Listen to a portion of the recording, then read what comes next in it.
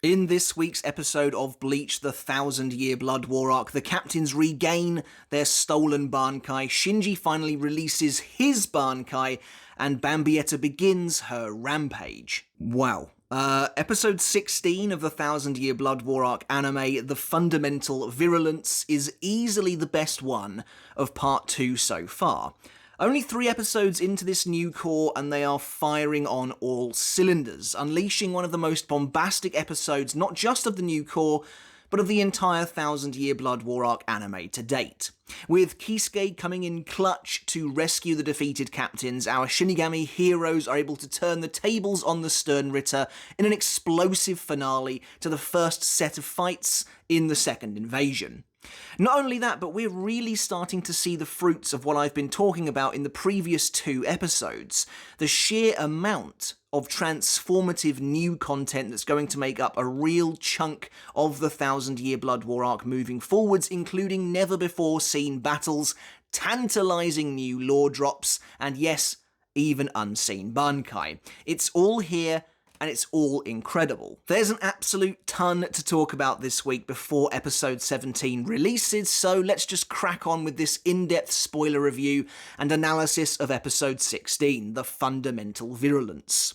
As always, I'll be looking at this episode from the perspective of someone who has read the entirety of the 1000-Year Blood War arc, meaning there will be potential spoilers for the entire arc to follow, as we take a look at this episode to see what it added, what it changed, and what it took away from the source material. Before we get started on the video, guys, if you haven't hit subscribe yet, make sure to do that now for more Bleach content like this every single week. And if you enjoyed the video when you're done with it, make sure to give it a thumbs up as well to help support me and the channel. And if you want to take that support from me another step further, I do also have a Patreon as well. And as always, I want to say an enormous thank you and give a massive shout out to everyone supporting me over there on Patreon. I really do appreciate each and every one of you. Now, despite there being loads to talk about this week, would you look at that? This episode actually covers the fewest number of chapters in full so far. That being said, structure is once again totally all over the place. We're really throwing the rulebook out of the window this week. So, in this episode, there were a grand total of 3 chapters looked at, plus a little extra from a surprising place. We have Chapter 552, The Fundamental Virulence, the episode's title, Chapter 553, Frozen Cross, and finally Chapter 554, Desperate Lights. Maybe part of this episode's overall success comes from its improved pacing as a result of it only adapting 3 chapters. It's hard to say for sure. What's weird though is that there is another chapter being adapted here too, or at least a single scene from said chapter. And that chapter is 559, The Night Right. But of course, we'll get there in a bit. Now, I went into this episode, as you saw in my live reaction, with some fairly big expectations, and actually, for the most part, it kind of met them. There's a few things that I didn't get, like BG9's Shrift or an extended fight for Cang, which are a little disappointing, but it's possible both of those issues could be rectified still next week. But without further ado, let's take a look at the episode itself, because whatever else it actually gave us more than wholeheartedly made up for it. Much like the previous episode beforehand, episode 16 starts with an all-new sequence. The Seireitei is completely gone, replaced by the icy gothic landscape of the Quincy, and we get to see the effect it's really having on a fractured, separated Gotei 13. I mentioned last episode that they needed to widen the scope a little bit to bring back some of the shots of the regular officers getting involved too, and I really enjoyed that brief glimpse of the battle spilling out across the city. Well, the start of this episode helps to ramp that up once again. We see the once safe streets of the Seireitei are now patrolled by merciless gangs of soldat in huge numbers. Battalions of Quincy march underneath the red sky, with a foremost soldier launching himself into battle against Iba. Now, it's made out to look like Iba is struggling and sweating here, but I'd be amazed if a single soldat was really capable of duking it out with a vice captain.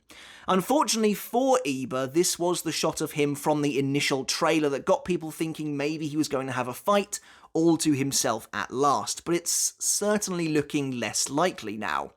We do get a good look at Iba's unusual Zanpakuto toe here, even in its sealed state, as it doesn't have a guard. And across the city, Hinamori is beaten back by a gang of soldat while wielding Tobiyume. I want to stop here very briefly. Having seen now these shots of Iba, the shots of Hinamori, I'm pretty sure that initial trailer was basically just made up of footage from these first 3 episodes or so, a little bit from episode 4 as well, I think, involving Komamura, but that is so very exciting to me. I think maybe there was a tiny bit from episode 5 as well, but I really don't think it goes any further than that. And as far as what you see in episodes 4 and 5 in the trailer, it's very, very little. So we've kind of seen now the majority of what we already knew about. There's a great shot of several soldats seeking out stranded Shinigami like prowling predators, while Isane does what she can behind a small piece of crumbled stone wall to try and heal wounded soldiers.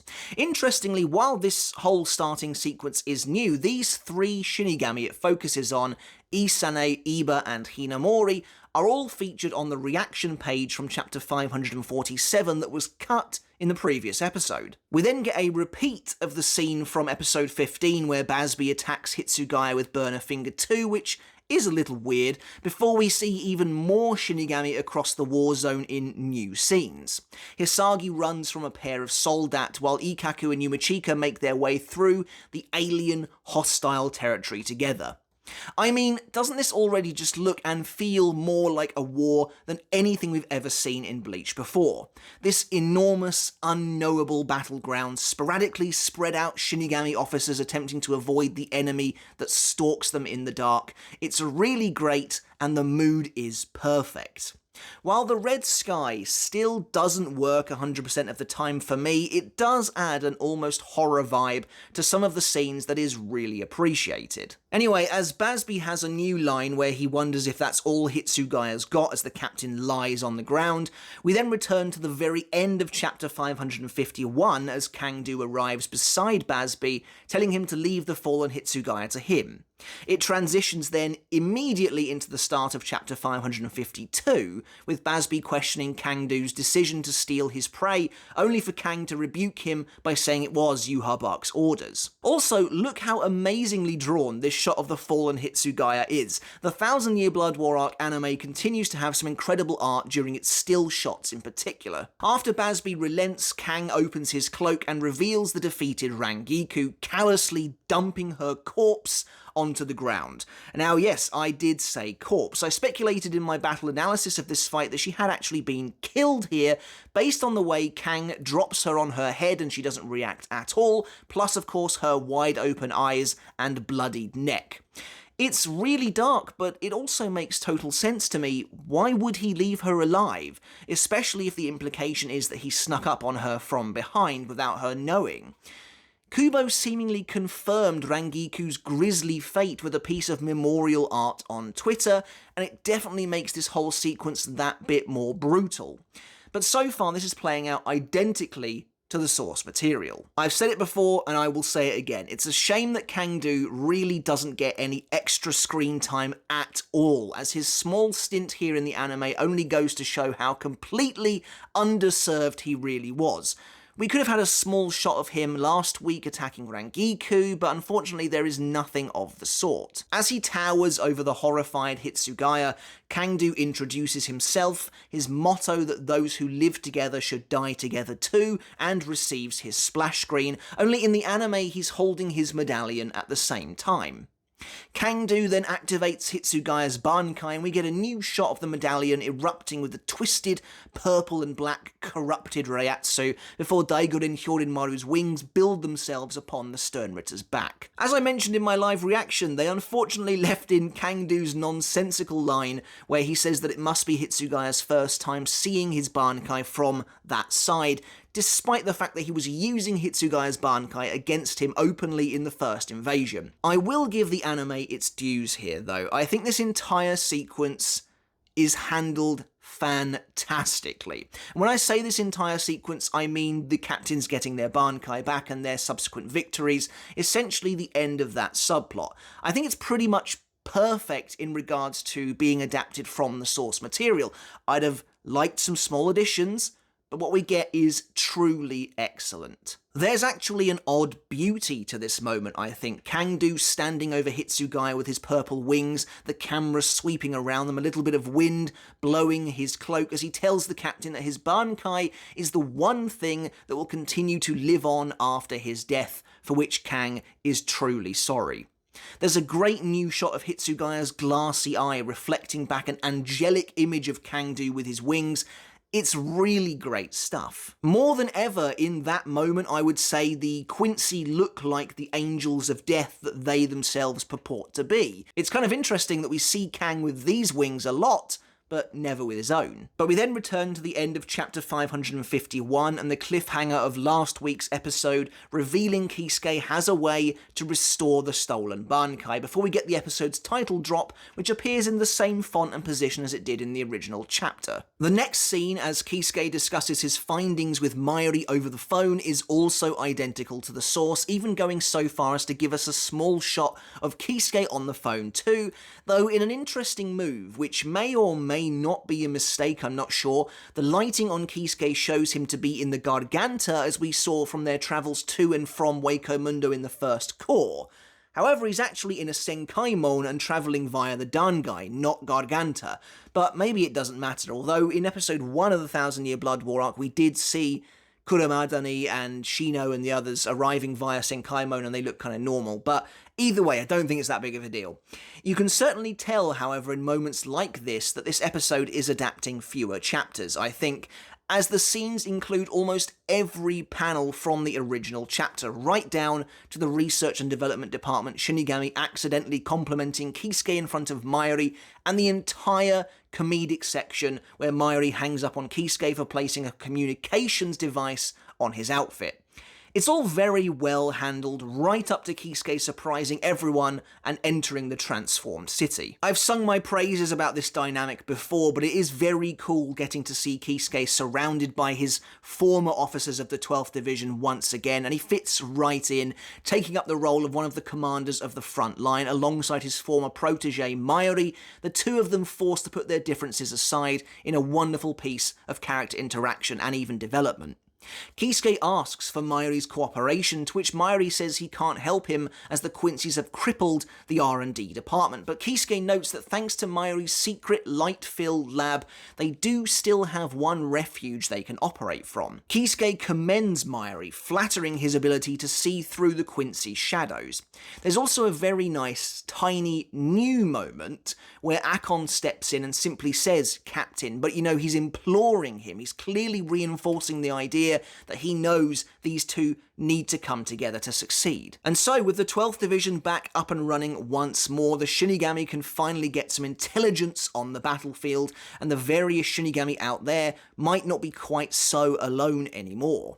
There's a great moment where Akon has the team release their remaining Kaizotsu recon bugs all over the city, commanding them to modify any Quincy technology and instruments that they can, turning them to the Shinigami's benefit. While this does take place in the source material, you don't actually see any of it, whereas here you get to, and again I love that feeling of actually seeing something play out on the battlefield. There's a cool shot of several Quincy working at computer stations, and while not exactly the same, they are slightly reminiscent of the communications Quincy we see at the very start of the arc in the source material. The Shinigami then attempt to connect to the Quincy's mainframe network, but it fails, and this is a new shot, it's that mysterious warning shot from the trailer. Meanwhile, Kisuke reveals his newest invention, the Shinei-Yaku pill. Also, Mayuri's sunsuit is now reflecting the entire colour spectrum due to the influx of powerful light all around him in what's a cool little visual detail. In fact, you can tell the anime is just having a lot of fun with Mayuri and his new suit. But Kisuke's explanation of the Shinei-Yaku pills is mostly the exact same as the source material.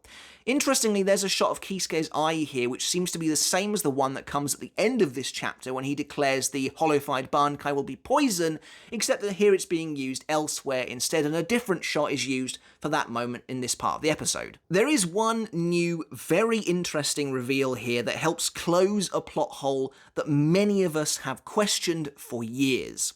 After we learned that Hollow Reiatsu is poisonous to Quincy's in the Everything But the Rain mini-arc to the point where their bodies begin to break down after coming into contact with it, many of us rightly wondered how on earth Sternritter J, Kirige OP was able to not only absorb the hollow monstrosity Ion's Reishi in Waco Mundo, but then go so far as to wear it in battle. Surely, the moment he used Slave Ray on the Chimera Beast, his body would have rejected it. Well, here in the anime, they finally give us an answer. I've got to be honest, this is one of those small moments I wasn't expecting an answer to, but I'm so grateful to get it. It turns out that Kirige was the final piece of the puzzle that Kisuke needed to realise Hollow Reiatsu was the answer. Kirige isn't supposed to look like that upon using Slave Ray. As it was the only time we ever saw it being used, we all assumed that this was just what happened, that they ended up wearing their victim's reishi essentially. However, that's not the case. Instead, this is a sign, this outward appearance is a sign that Kirige's own body is breaking down. In Kisuke's words, the Sternritter's appearance was crumbling, and it was a sign he couldn't truly control the power. Personally, I'm happy with this answer. I think it makes sense. I think it's kind of lucky there was never any other usage of Slave Ray that might have outwardly contradicted this, but it's so cool to get nonetheless. It also makes sense too, because Kirige's body slowly starts going back to normal over time before his death, so in that sense it's like it's rejecting it gradually all the same. In case you haven't noticed though, the first half of this episode so far has been very faithful to the source material, and that carries on here, as Kisuke makes his announcement to the Shinigami via Tentei Kura. I've always loved Shinji's line that of course everyone knows who Kisuke Urahara is, even if they haven't met him before. And again, it's small character moments like that being left in that's a good sign for the episode's pacing. We do get a couple of additional shots here. We see that Hisagi receives a Shineyaku pill, and so do both Ikkaku and Yumachika. Now, before we jump to conclusions, I don't think this automatically means Yumachika has a Bankai. We know Hisagi does, but they don't show him accepting the pill. Meanwhile, Ikkaku is later shown with the pill working, and Yumachika only comments on Ikkaku's Bankai. But if the pill burst into a golden light when Yumachika touched it, then surely Ikkaku would have said something about it. This leads me to believe that Kisuke sent enough Shineyaku around for everyone of roughly captain level ability, just in case they had a hidden Bankai up their sleeve, but it doesn't necessarily guarantee it. And there's also a shot later on, which we'll get to, that I think further deconfirms Yumachika having any hidden power. But the entire remainder of Kisuke and Mayuri's conversation regarding Hollow Reiatsu and Quincy's is exactly the same, which again I think makes total sense. It's vital to understanding and justifying this entire turnaround. It's the strategy that helps the captains survive and ultimately win this first round of the second invasion. I always wondered what being affected by the HOLLOWFIED Bankai meant for the Sternritter. Kisuke mentions that encroachment by Hollow Reiatsu will lead to a decay of their souls and eventually death. While their bodies forcibly reject the stolen, now poisonous Bankai, is that brief connection enough to infect the Sternritter? Probably not, as they show no signs of it later on, but it's interesting all the same. However, as Toshiro finishes absorbing the pill, his Bankai explodes on Kangdo's back in a shower of blood, ending chapter 552. As 553 begins and Kangdo questions what's going on, Toshiro rises again. Now wearing one of his Bankai's wings, his wounds have been sealed up with ice. There are some very cool shots of the two fighters facing each other down, each one wearing a wing of ice, one light blue, one purple. It's awesome, and it makes me wish Kubo had gone a little further with these stolen Bankai grudge matches. Also, the soundtrack that plays as Hitsugaya gets to his feet is perhaps one of my absolute new favourites. Kangdo's line where he notes that there doesn't seem to be anything wrong with the medallion is cut from the episode. Meanwhile, BG9 is attempting to probe the fallen Soi Fon. After detonating a barrage of missiles at point-blank range, BG9 has soundly defeated the captain, who is now lying unconscious on the ground. However, Omaida appears and rescues Soi Fon, spiriting her away from underneath BG9's nose in another cool moment for the vice captain. As BG9 mentions that he wanted to collect more data from Soi Fon before she died, the strange shield membrane that he had erected behind him, presumably to defend him from attacks at the back, while vulnerable as he collected data, disappears in a style very reminiscent of the wings of a holy form. Now, we have speculated before that this is BG9's Vollständig, but he doesn't have a halo, so we can't really be sure. Here's hoping we get lucky enough to find out next week. Omaida then drops the pill into Soi Fon's hand, telling her she should be able to use Bankai now. BG9 says the sensitivity of his sonic collector drops after an explosion at such close range and demands that Omaida speak louder before suddenly his leg gives way beneath him. BG9 notices his connections are failing, at which point Soi Fon reawakens. As she activates Jakuho Raikoben, the enormous golden missile appears on her arm. I've always wondered how she possibly has the strength to use Bankai in her near-death state, considering she said before how much energy it takes to do so, but I do think this scene is expertly handled here in the anime. I love the strain in Soi Fon's voice actress's voice as she calls the Bankai name, and the way she puts BG9 in her sights from a first-person perspective is really great as well. The repeating shot of the Bankai being fired with a blast of orange and golden light is amazing, and the explosion looks incredible as it collides with BG9, who's unable to escape. The blast expands like a balloon rapidly into the sky, coating everything with a fiery bronze glow.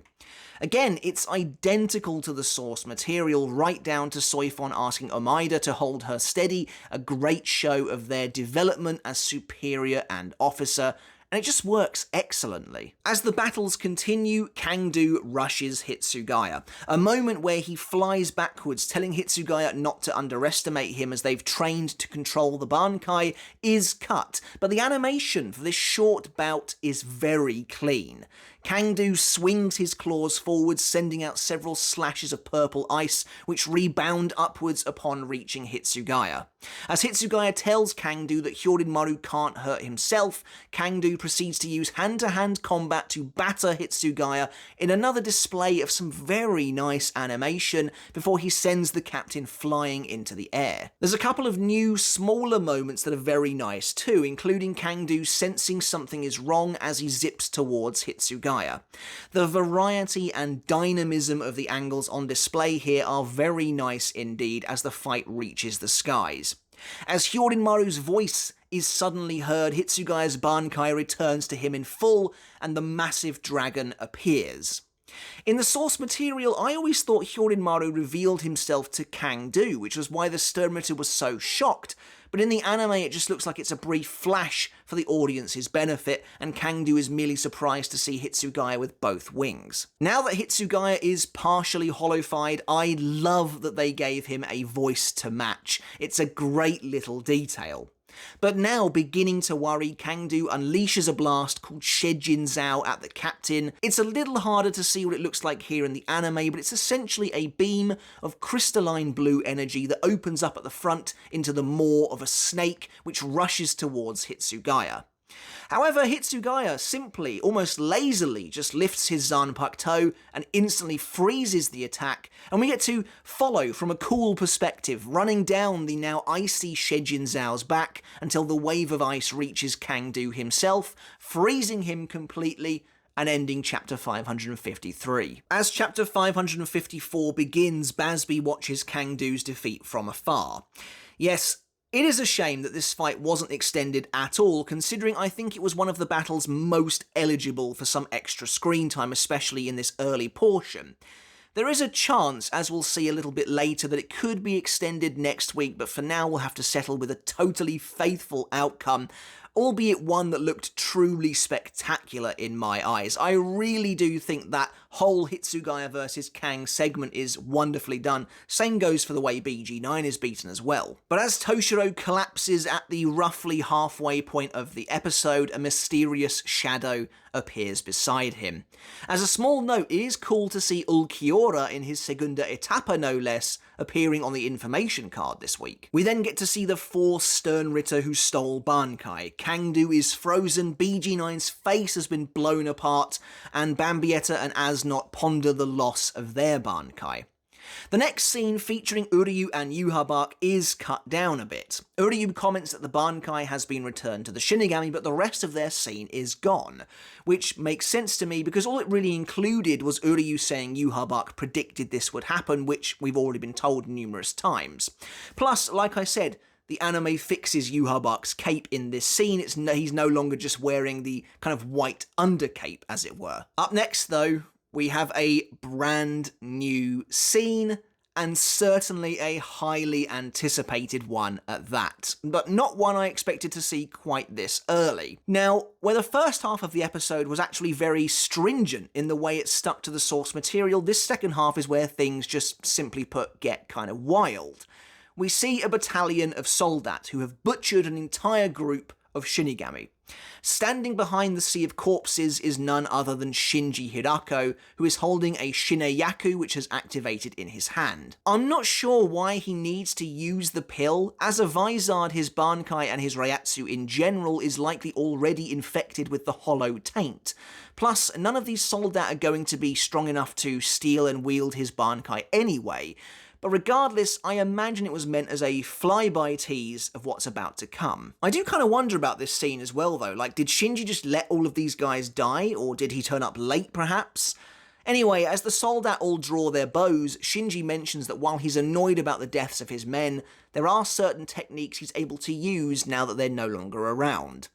Shinji's line preceding his Bankai, "Your logic, this reality, I'm gonna flip it all upside down for ya," is very similar to what he says prior to using Bankai in Can't Fear Your Own World, which is how many of us guessed this was coming from way back in the original teaser trailer. And so, Shinji uses his Bankai, Sakashima Yokoshima Happo Fusagari, for the first time in the mainline story. Like I mentioned, it's a weird one, as we've seen it already in Can't Fear Your Own World years ago, and Kubo's sketches that accompanied it, and then we saw it again in Bleach Brave Souls, and now it's finally here. It is very cool to at last get to see it in action, in a way that's not either a mobile game or simply words on a page, as Shinji is surrounded by these enormous golden leaves which encase him completely before a purple mist is exuded, which turns the soldat against one another.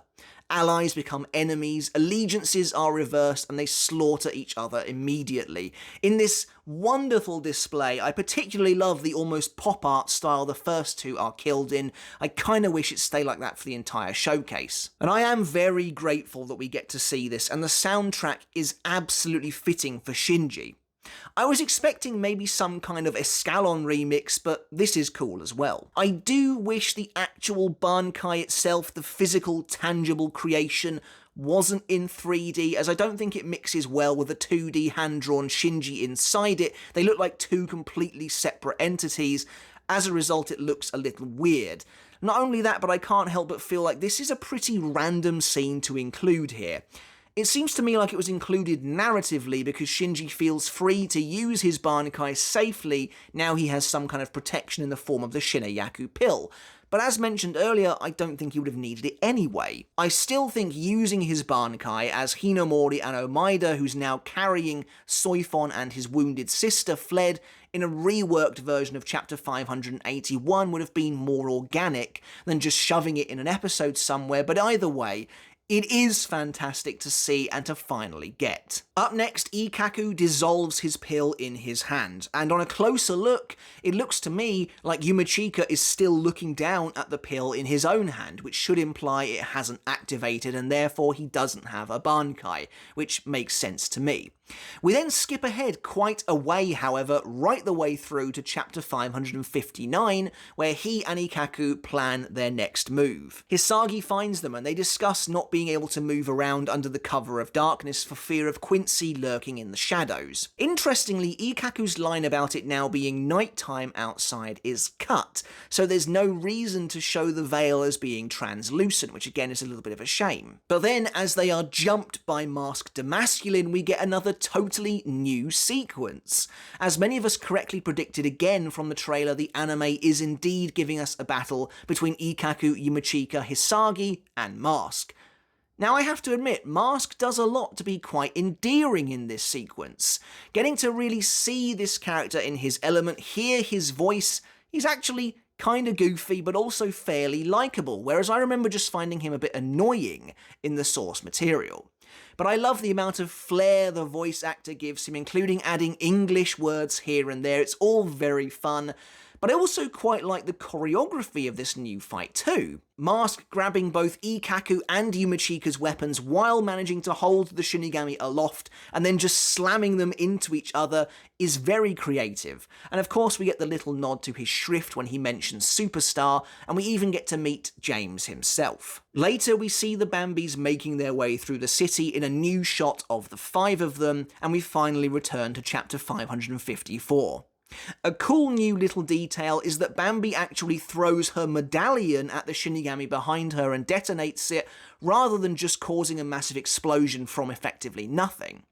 As Bambietta goes on a rant about Komamura not being in the Seireitei, her line about not knowing that until she saw his Bankai fly away is cut.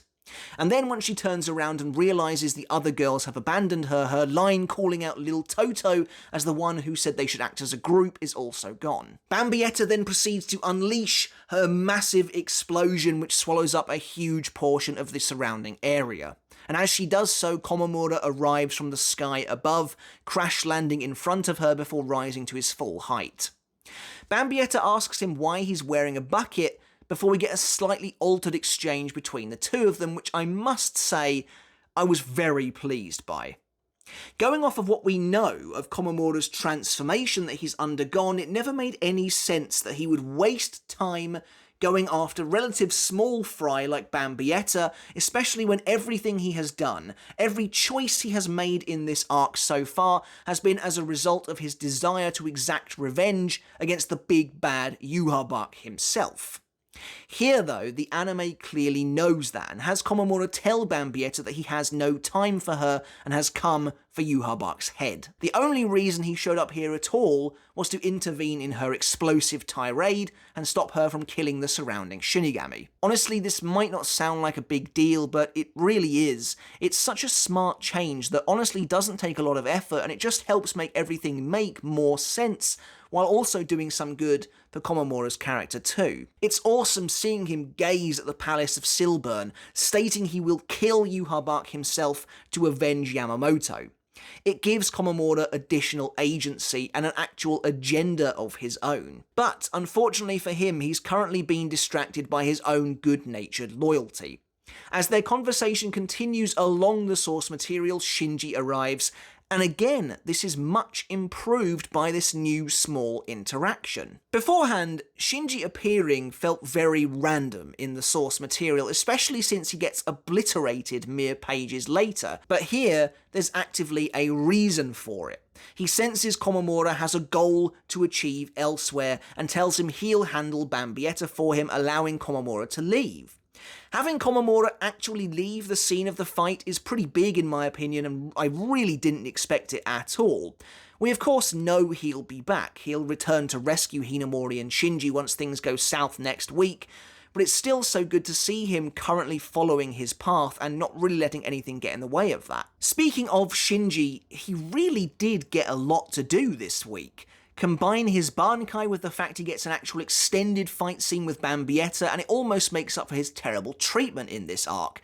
We do have something of a running joke going on this channel where we kind of dunk on Shinji every chance we get, but there's no denying this episode does right by him. To the point where I look forward to seeing what else the team maybe does with him in the future. But as he begins fighting Bambietta, we get some incredible new visuals for Sakanade that align with the new way it was portrayed by Kubo himself in his own art.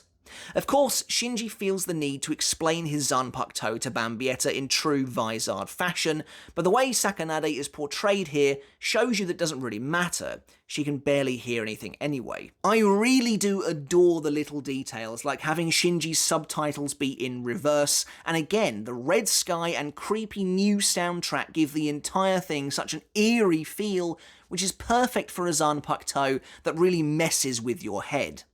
This is probably the single best example of Sakanade being used that we've ever seen. At least in the source material, anyway.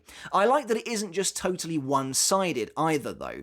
When it looks like Shinji might be about to finish her off, Bambietta unleashes a stream of blasts, and Shinji is forced to leap away. This whole sequence feels very weird and ethereal, almost dreamlike, especially with that new vocal track playing in the background. But I like that Shinji tries to goad Bambietta into calling her friends for help.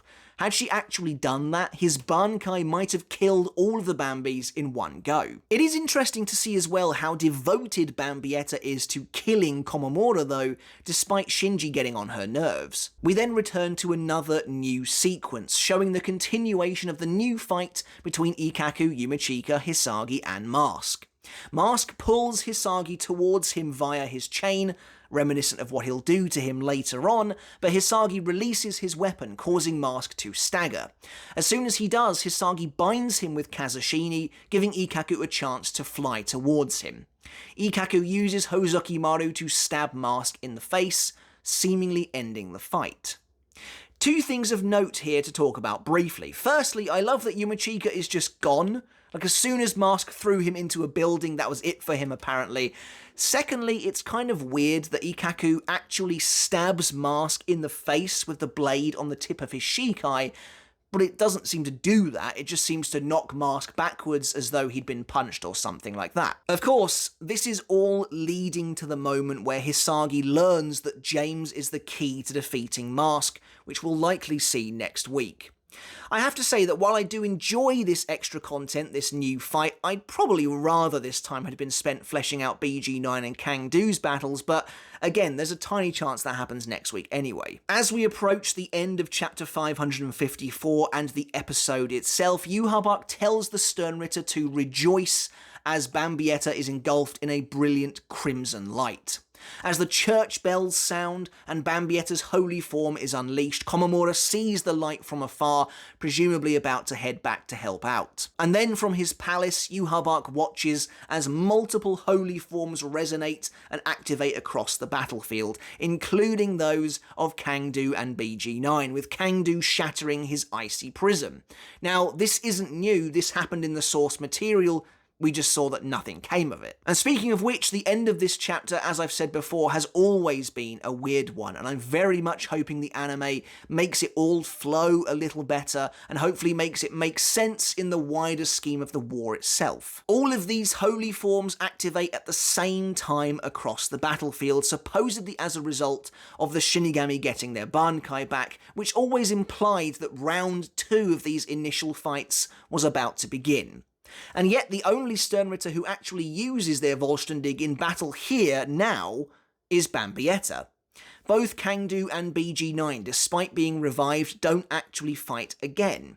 And so the threat of all of these newly powered up and revitalized Sternritter is really completely for nothing in the source material, and this moment is weirdly never revisited. So, how would I write the next episode to try and fix this? Well, we'll get into that come the predictions. For now, as Bambietta's new form is revealed and Yhwach declares the warm and easy battles are at an end, the episode also ends as well. Except no it doesn't, because once again we have another post-credits scene, easily the biggest and craziest one yet. To the point where this long, 45 minutes or so into the video, a part of me wonders if it should be its own video. But here we go, we're here now. As Ichigo continues to walk down the unapproachable path, he realises how close he is to the end, to the final Torii gate. As Ichigo takes his next step, however, something happens. An incredible wave of energy rushes towards him from down the path itself, engulfing him in a bright light, and we see several ancient images flash past, almost too quick to see, too quick to comprehend. And so Ichigo takes another step, and the images appear again, slower, clearer this time. Shallow water, a man wielding a sword wading through the water, and again from a different angle, revealing several arrows beneath the surface of the tide. The sword, if it even is one, seems strange, a ceremonial relic with a curved handle that one can hold onto in order to drive the instrument into the ground, almost like a key of sorts. Then from above, we see a black-haired figure surrounded by a swirling vortex of water. And then as we move even higher, as we ascend above the scene, we see 3 more whirlpools around him in a triangle formation, each one bound in the center by an arrow of light. As Ichigo dares take another step forward, more wisdom is burned into his mind. A close-up shot of each of the 3 arrows, water surrounding them on all sides. Then a silhouetted figure stands before him, gilded by a holy white light. Like an ancient statue, the figure's arms crumble away, splitting off from his central form. Arms and legs float through the abyss, one such arm still clutching onto the artifact from before. A shadowy, limbless figure locked in a burning, flaming torment. It should be clear to all who this is by now. As the music builds and builds, distorted and warped, Ichigo lifts his head, revealing 4 additional irises surrounding each of his eyes. He has seen, it seems, the truth of the Soul King himself. I mean, I still can't believe it, to be honest. Rewatching it for this review, and this might be the most excited for Bleach I've been in a long time. But it seems we really are going to be given the thing I wanted the absolute most. The history of Reio, the ultimate ruler and god of the world of Bleach, and the series' biggest mystery even to this day. So, what exactly is going on here? Well, I do think I'll probably do a video on this very soon, but to summarise, it's clear that Ichigo is being shown the original sin of the Soul Society, the ritual that split the Soul King apart, removed his limbs, his organs, and trapped him in a state of suspended animation for all eternity. I want to reiterate, this is not knowledge Ichigo has in the source material. This is brand new. This whole sequence is totally new. Now, another question is, who is showing him this truth? Is it the Soul King himself? Has he come down to Ichigo on this unapproachable path, and is he delivering him this revelation, showing Ichigo what the heart of Soul Society is really like, where it stems from? Or is it Ichibei? Did Ichibei know that Ichigo would have these revelations bestowed upon him when he began this training? Perhaps that is all part of the puzzle of becoming a suitable candidate to replace the Soul King. One must know him, know the truth of him, know how he was made, and be able to accept it and the dark deeds of those who came before the 3 worlds even existed. The ancestors of the Soul Society, the heads of the noble houses who committed the greatest act of villainy. Everything they did in that moment a million years ago has led to this. The war that's unfolding right now, and Ichigo is now privy to it as well. But I don't think we're just seeing the original sin here either. I think we're also probably seeing something else too. But first of all, what do Ichigo's creepy new eyes mean? Well, I personally choose to not take it literally. It's clear to me he doesn't suddenly now have all these extra irises, but instead they're being reflected upon his eyes as though he's being shown everything from the Soul King's point of view. What we are seeing here is the Soul King's eyes. Those are his actual irises, I would assume anyway, as we know he's the only being in Bleach to have 4 per eye. What's interesting is that every time we've seen the Soul King in the source material, his irises were totally blank. They were just black. But here, they seem to look like actual seeing eyes. So this could be his eyes prior to his mutilation. It's as if the Soul King himself is right there, maybe guiding Ichigo, or it's symbolic of the fact that Ichigo could become the Soul King if absolutely necessary, which does seem to be Ichibe's ulterior motive. And then, what else are we seeing in these flickering grainy images? We obviously don't know for sure, but if I had to guess, I would say this is our first ever look at the primordial world of Bleach. The man carrying the weapon or the key or the artifact, whatever it is clearly the Soul King himself, perhaps before he came to be known as that. I think it's most obvious in the top-down shot where you can see his head, you can see his hair, but it's clearly him, he's the same person in all of these images. The arrows of light are likely his creation too, a symbol of the fact that what would be known as the Quincy would also eventually stem from him as well. But I think that what we're seeing here is the splitting of the original world into Soul Society, Hueco Mundo, and the human world. The Soul King, or whatever he was known as beforehand, stands at the center of these three whirlpools, and then presumably uses the Almighty, maybe in conjunction with whatever this artifact is he's wielding, to split them apart. The only query I have, I think, is that in Can't Fear Your Own World, I believe he was already imprisoned by this point, and then the noble ancestors forcibly used the Almighty, but to be fair, the anime could easily make amends where and when it needs to. Crucially, Reio is clothed in this shot, and he looks to me like he has control of his mind, which also brings up some interesting questions if this really is the splitting of the worlds, because we didn't think originally he wanted that, which is why Yhwach also desires to return the worlds to one as well. But later on, Ichigo seems to see the Soul King standing before him, now naked and reduced to what we know him to be. His arms fall away from him, crumbling like weathered stone. So here's my thinking right now. I think those initial shots of Reio wading through the water and then creating these whirlpools is an actual look at the creation of the three main worlds of Bleach. But then the shot of the Soul King losing his arms is more of a figurative look at the original sin, at their mutilation of him. I don't think his arms just fell off, but I guess it's possible that happened. But it's interesting to me because it kind of looks like he's reaching out to Ichigo in this scene before he starts to fade away, before he starts to break, as if he's saying to Ichigo, look what they did to me. Maybe he's even somehow metaphorically asking Ichigo for help. Maybe this is even going to somehow play into the idea that Ichigo eventually is the one who cuts him down and puts him out of his million years of humiliation and misery. Anyway, I need to go away and do some more in-depth thinking regarding this, see if we get anything else in episode 17, and then come back to you with a dedicated video on this subject next week. So stay tuned for that. Let me know your thoughts as to what's going on here in the meantime, but suffice it to say, this is pretty much the most exciting thing to happen in Bleach for a very long time. Up next, the poem this episode belongs to Komamura, of course, and it reads, I will continue to fight myself as long as I have the fangs in my heart.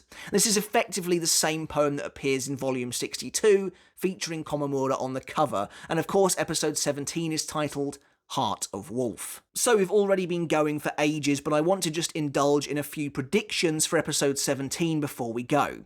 I mentioned earlier that the anime needs to better connect and resolve the ending of chapter 554, so it isn't just left hanging forever in an unsatisfactory way. Now, of course, I personally want to see Cang and BG9's holy forms, especially since the anime is teasing them in the same way the source did. But who would they fight? Well, they don't necessarily need to fight anyone for us to actually see them. We see them emerge from the holy light, and Cang tries to find Hitsugaya only to realise he's already gone, spirited away by Giselle. Same goes for BG9. Omaida has already taken Soi Fon and Reio and left. Perhaps BG9 gets far enough to detect Omaida and prepares to give chase, but both of the Sternritter are then suddenly and swiftly summoned to Silburn before they can catch up with their prey. That would take all of like a minute maybe, and we get both of their holy forms out of it. Speaking of what else I want to see, of course there's BG9's Shrift, and there's really only one last chance to see it during the execution scene in chapter 559, which should be happening next week. Unless they change or remove it, which is always possible. The easiest way to do this, though, I think, would be to just have Hashwolf announce them both by their names and shrifts before Yhwach's presence. But where are we going to get the time to show all of this new content? Well, actually, there's a little bit of free real estate in this next episode, as based on the trajectory of Ichigo's training so far, the vast majority of Chapter 555 will not be in next week's episode at all, unless they do change things around somehow. Maybe they'll show us the fruits of Ichigo's training, which involves him leaving the royal palace dressed in his new gear, and then show us the continuation of his unapproachable path training in a flashback later on. I'm not sure, but as it currently stands, based on the way things are looking right now, there is not going to be any reason to include any of 555 in next week's episode, as we've kind of already seen some of it anyway in this episode, when Bambietta breaks out of the column of light. So that would free up a fair bit of space, give us a little bit of extra time to play with. And anyway, I think we should see a few other Sternritter using their holy forms too, or else it's weird that only Bambietta actually fights with it after Yhwach's declaration. Of course, Candice is one of the ones who resonated, probably the lime green one at the front, but she doesn't actually battle with it until later on. So to that end, maybe Mask revives after Ikkaku's hit using his holy form before returning to normal and being powered up by James. I'm less sure about that one, as James has to actually get involved for Hisagi to know he's the key, but I'd still like to see the ending of 554 have a little more of an impact. Maybe Mask is actually dead, and his holy form brings him back to life. I have no idea, it's just speculation. But that's it for the video, guys. I know this was a long one. I really appreciate you taking the time to watch it. I really did love this week's episode. It is the best one of the cour so far, and one of the best in the 1000-Year Blood War arc anime, I would go so far to say. It started out, the first half or so was very, very faithful to the source material, and I think it was handled extremely well. The defeats of Cang and BG9 were excellent. The ending of those fights with Hitsugaya and Soi Fon I thought were both handled fantastically. They were superb. I loved every moment of it. And while the episode got a little crazier after that, it was still a momentous moment to get to see Shinji's Bankai, and for me, even more exciting, to get what appears to be the history of the Soul King and the world of Bleach itself. All of that is just everything I've ever wanted to see, so colour me very excited for the next few episodes to come. Let me know in the comments below what you thought of episode 16, the Fundamental Virulence, and I'll see you next time for a live reaction of episode 17, Heart of Wolf. Let me know in the comments below. Make sure to hit subscribe if you haven't done already. Give the video a thumbs up if you enjoyed it. And until next time, I'll catch you later. And I'll see you then.